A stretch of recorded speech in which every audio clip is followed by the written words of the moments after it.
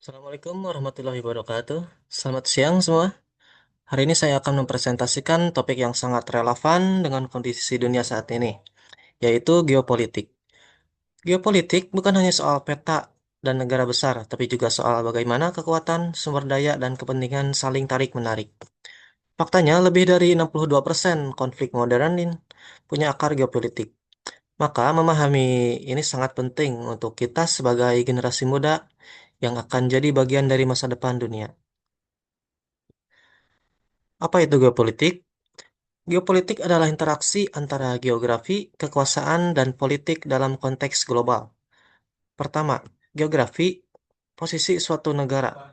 Sumber daya alam dan iklim sangat menentukan kekuatan strategisnya. Contohnya, negara dengan cadangan minyak besar biasanya punya pengaruh besar juga. Kedua, yaitu kekuasaan. Ini mencakup kekuatan militer, ekonomi, teknologi, dan budaya. Negara dengan kekuatan ini bisa mempengaruhi dunia. Untuk yang ketiga, yaitu politik. Hubungan antar negara, ideologi, dan aliansi.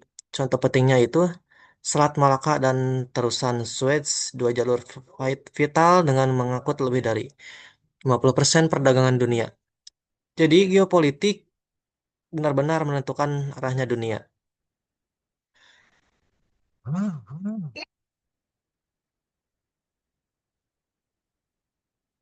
Evolusi geopolitik. Kita lihat evolusinya. Pertama, di era Perang Dingin pada tahun 1947 sampai dengan 1991, dunia terbagi dua, Amerika Serikat dan Uni Soviet. Ini memicu lebih dari 150 konflik regional. Setelah itu, di era pasca Perang Dingin, dunia bertransisi dari unipolar, hanya Amerika Serikat, ke multipolar, dengan kebangkitan Tiongkok, India, dan negara-negara lain seperti Brazil. Peran organisasi regional juga meningkat, seperti ASEAN dan Uni Eropa. Di dunia jadi lebih rumit dan saling terhubung. Selanjutnya, aktor kunci geopolitik global. Siapa saja pemain utama dalam geopolitik saat ini? Di antaranya yaitu ada Amerika Serikat, militer terkuat, tu- 750 lebih pangkalan militer luar negeri, dan PDB sebanyak 28 triliun dolar.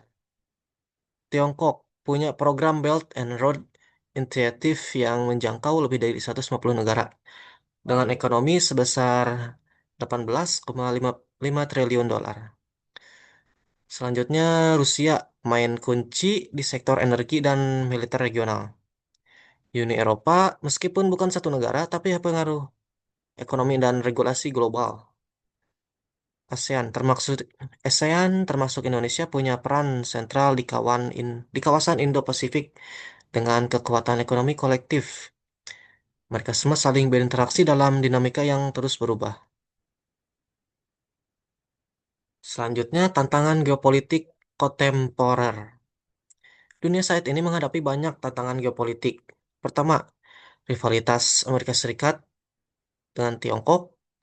Ini terjadi dalam perang dagang, teknologi, bahkan dominasi digital. Yang kedua, ada konflik Rusia dan Ukraina yang berdampak pada krisis energi dan ketahanan pangan. Harga gas Eropa bahkan naik sebesar 300% tahun 2022. Ketiga, keamanan cyber.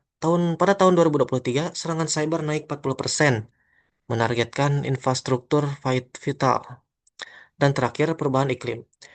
Meningkatnya migrasi paksa dan krisis air jadi isu serius. Tahun 2030, sebesar 40% dunia diprediksi akan mengalami kelangkaan air. Selanjutnya ada studi kasus Indo-Pasifik. Salah satu wilayah paling strategis saat ini adalah Indo-Pasifik, termasuk Indonesia. Di Laut Cina Selatan ada klaim tumpang tindih oleh 6 negara. Jalur ini dilalui sebesar 3,4 triliun dolar perdagangan setiap tahun. Karena itu muncul aliansi pertahanan seperti AUKUS dan Quad. Tapi di sisi lain, ASEAN termasuk Indonesia memainkan peran penting lewat diplomasi dan menjaga stabilitas kawasan. Selanjutnya ada dampak geopolitik bagi Indonesia. Bagaimana dampaknya bagi Indonesia? Pertama, secara politik, Indonesia menerapkan kebijakan bebas aktif, di mana tidak memihak blok tertentu. Misalnya, kita tetap aktif di G20, G20, meski tidak ikut sanksi barat ke Rusia. Kedua, di keamanan nasional. Kita menghadapi pelanggaran wilayah di Laut Natuna Utara. Dan yang ketiga, dari sisi ekonomi. Geopolitik mempengaruhi inflasi dan rantai pasok, tapi juga membuka peluang seperti ekspor nikel ke Tiongkok yang naik sebesar 40% di tahun 2023.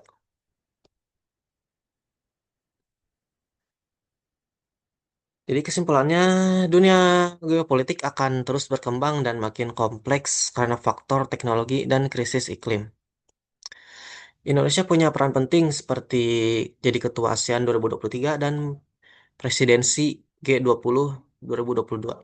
Yang dibutuhkan adalah kolaborasi global ya dan pendekatan holistik untuk menjaga kedaulatan dan mewujudkan kemakmuran nasional.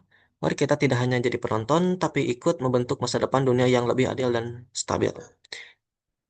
Terima kasih. Wassalamualaikum warahmatullahi wabarakatuh.